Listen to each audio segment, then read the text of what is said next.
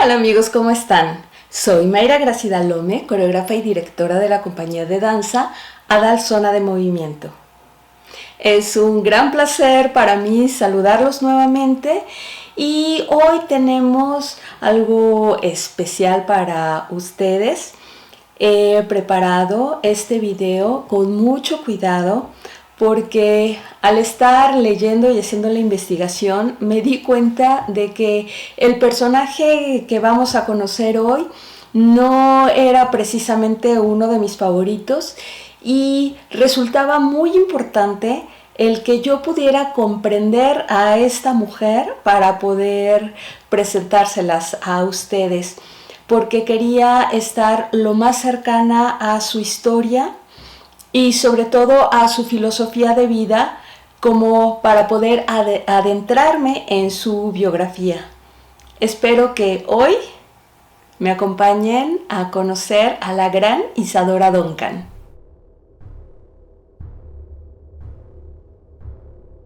Isadora Duncan fue una mujer revolucionaria. Ella siempre buscó la libertad y por lo tanto marcó a través de su investigación en la danza una nueva era que había estado ceñida por las convenciones que el ballet había estado marcando durante varios siglos. Isadora Duncan aporta no solo una técnica nueva, sino una concepción revolucionaria de la danza de principios del siglo XX, primero al realizar la unión profunda de su danza y de su vida, y después al romper con las convenciones y los códigos que encorsetaban ese arte desde hacía muchos años. Para mí la danza no solo es un arte que permite al alma humana expresarse en movimiento, sino también la base de toda una concepción de la vida, más flexible, más armoniosa, más natural, experimentando seriamente la relación que existía entre su cuerpo y el movimiento de la naturaleza, por ejemplo, las olas, el movimiento de las hojas de los árboles al viento, el mar en sí. Ella los toma como un modelo para poder investigar nuevas formas en las que podía moverse y hacer una nueva danza. Sin embargo, este retorno a la naturaleza implicó una ruptura con la coreografía tradicional que en ese entonces el mundo conocía. Isadora Duncan nació el 26 de mayo de 1877 en San Francisco, California, Estados Unidos. Sus abuelos maternos formaban parte de la gran oleada de inmigración que vino de Irlanda después de la terrible hambruna de 1848.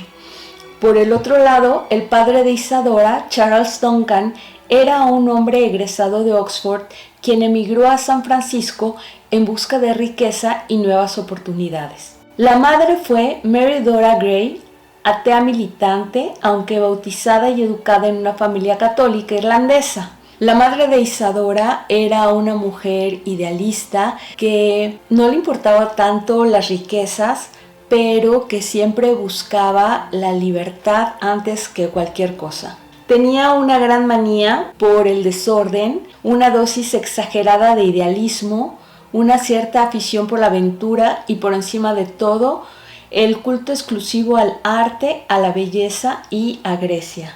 Los padres de Isadora se divorciaron cuando ella era muy pequeña y Charles, el padre, se volvió a casar con una mujer adinerada y se fue a vivir a Los Ángeles, donde entró a trabajar en una de las empresas exportadoras de su nuevo suegro.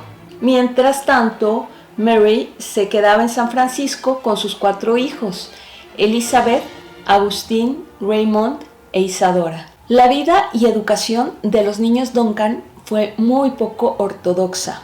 Mary era pianista y entonces se la pasaba todo el día dando clases, buscando la forma de mantener a sus 4 hijos. El dinero no alcanzaba, por supuesto, por lo tanto no tenía los recursos suficientes como para contratar a alguien que los cuidara o a una institutriz que ayudara a educarlos. La madre, por lo tanto, dejó que vivieran en libertad para seguir su inspiración sin pensar mucho en lo que les pudiera suceder.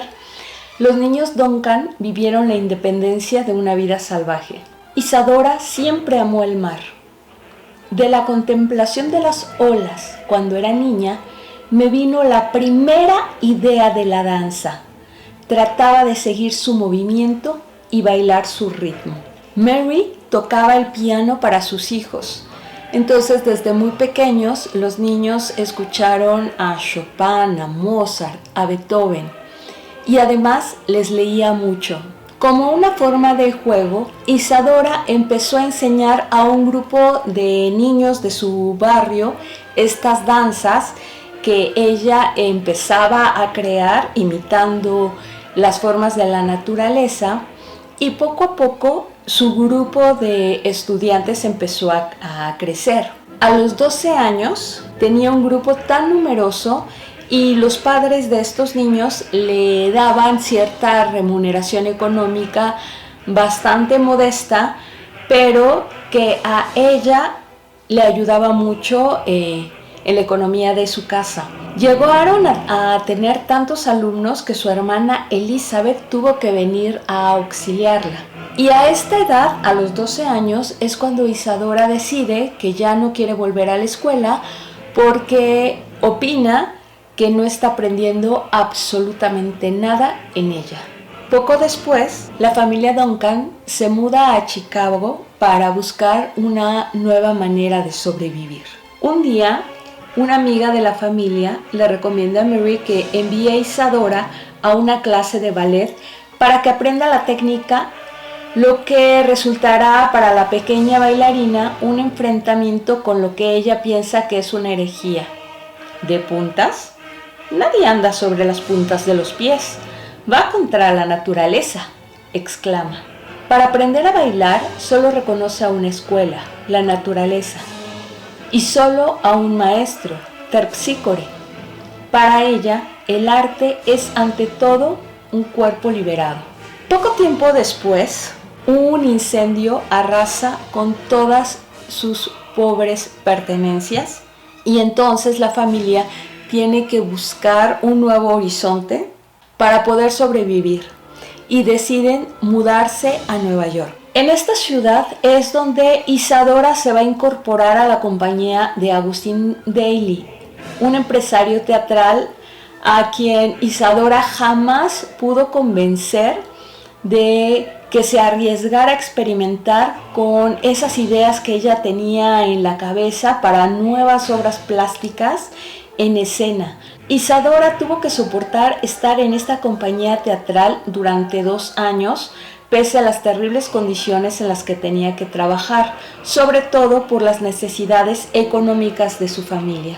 Y nuevamente esta necesidad de aventura y de buscar una nueva manera de sobrevivir hace que la familia se mude a Londres a principios del siglo XX. Y es aquí en Londres donde Isadora empieza a estudiar la cerámica griega del Museo Británico y es donde empieza a inspirar su nueva danza. Así como en esas investigaciones que hizo en la biblioteca y en las largas jornadas de improvisación y ensayo de movimiento, buscando profundizar cada día en la búsqueda que empezaba, con la ayuda de su madre como su eterna acompañante al piano. Isadora encontrará su doctrina en François Delsarte, quien también desprecia el trabajo de las piernas y favorece el del torso, al que considera el centro emocional del cuerpo, el lugar del intelecto desde el que se expande la energía, en el que confluyen todos los nervios. Isadora entonces empieza a desarrollar una danza alejada de los patrones conocidos y practicados hasta entonces, con una búsqueda filosófica y estilística novedosa, y el interés de mostrar la esencia del arte y la naturaleza desde una profunda búsqueda interior.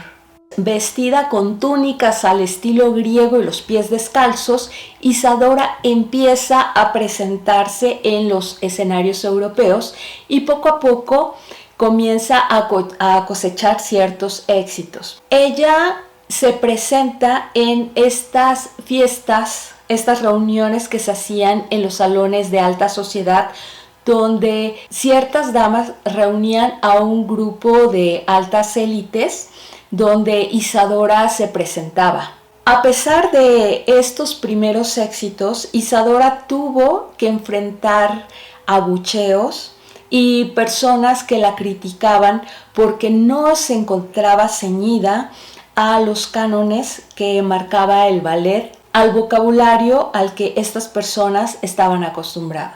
Ella afirmaba que los movimientos naturales del cuerpo eran más hermosos que los antinaturales que la técnica clásica exigía, por lo que siempre se negó a constreñirse a los requerimientos del ballet, como las grandes extensiones en las piernas, el virtuosismo y los vestuarios con tutús, corsés y zapatillas de punta, que le resultaban una completa tortura física. Al conocer el éxito, Isadora empezó a viajar por diversos países europeos para presentarse en los más diversos escenarios.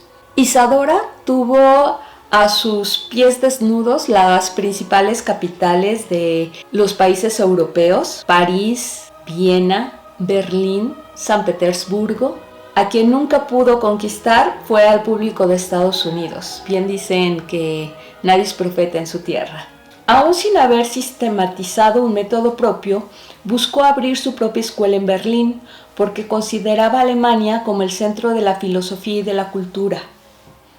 Tuve 3 grandes maestros, los 3 grandes precursores de la danza en nuestro siglo: Beethoven, Nietzsche y Wagner.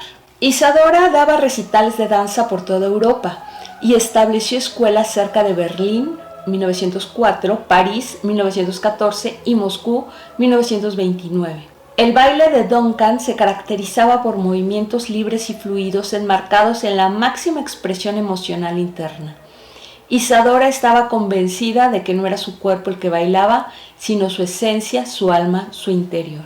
Al ser amante de los cánones de belleza de la antigua Grecia, en sus actuaciones se vestía con una túnica transparente, con los pies, brazos y piernas desnudos y con su largo cabello suelto. A pesar de que los críticos no soportaban ver a una mujer irreverente que bailaba descalza, con una túnica y sin maquillaje, admitían que su danza tenía un arte original y apasionado. Su estilo de danza era completamente nuevo y rompía con la rigidez del ballet clásico, además de utilizar música de concierto que originalmente no había sido compuesta para ser bailada. Debido a su rechazo por las técnicas formales y a la utilización de los movimientos naturales, la danza de Duncan parecía una constante improvisación.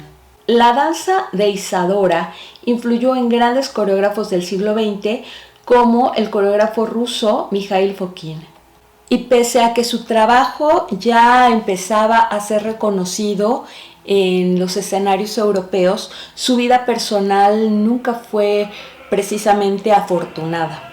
En 1913, ella pierde a sus 2 hijos en un accidente automovilístico en el río Sena, en París. Isadora tuvo varias parejas sentimentales, como el escenógrafo Gordon Craig y el empresario Paris Singer, quienes serían los padres de sus 2 hijos. En 1922 contrajo matrimonio con el poeta ruso Sergei Yesenin, de quien se separó más tarde.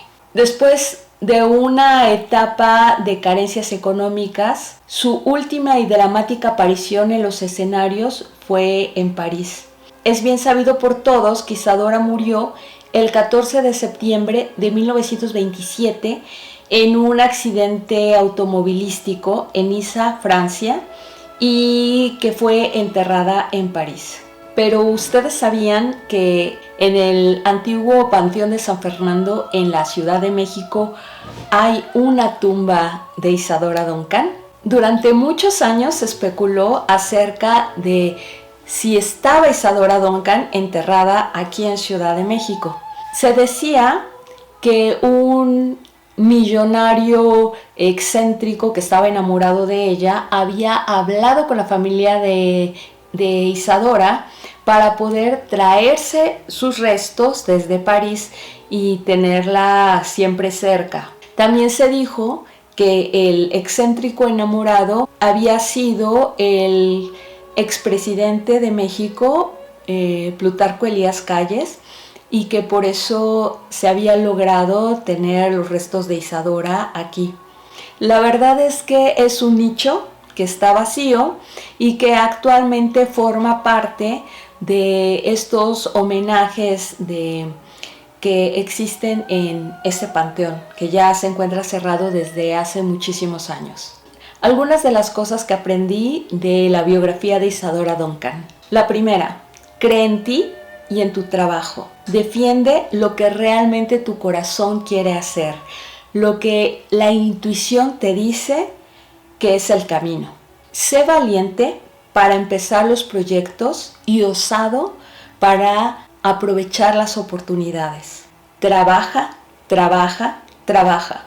Aunque Isadora era autodidacta, no pasaba el tiempo sin hacer absolutamente nada. Ella podía estar horas, noches enteras, haciendo improvisaciones, haciendo investigaciones, porque estaba segura de lo que quería lograr y sabía que solamente a través del trabajo duro podía conseguirlo. Sal de la caja, libérate de las convenciones y sigue tus creencias. No importa lo que te digan, no importa que tu trabajo no le guste a nadie, mientras tú realmente creas que vale la pena, es importante hacerlo.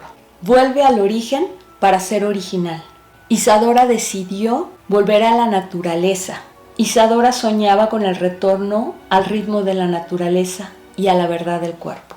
Les agradezco muchísimo la atención. Les recuerdo que estoy en las redes sociales que van a aparecer aquí abajo y les voy a dejar en la cajita de descripción todas las fuentes que consulté para la realización de este video. Muchas gracias por acompañarme y nos vemos muy pronto.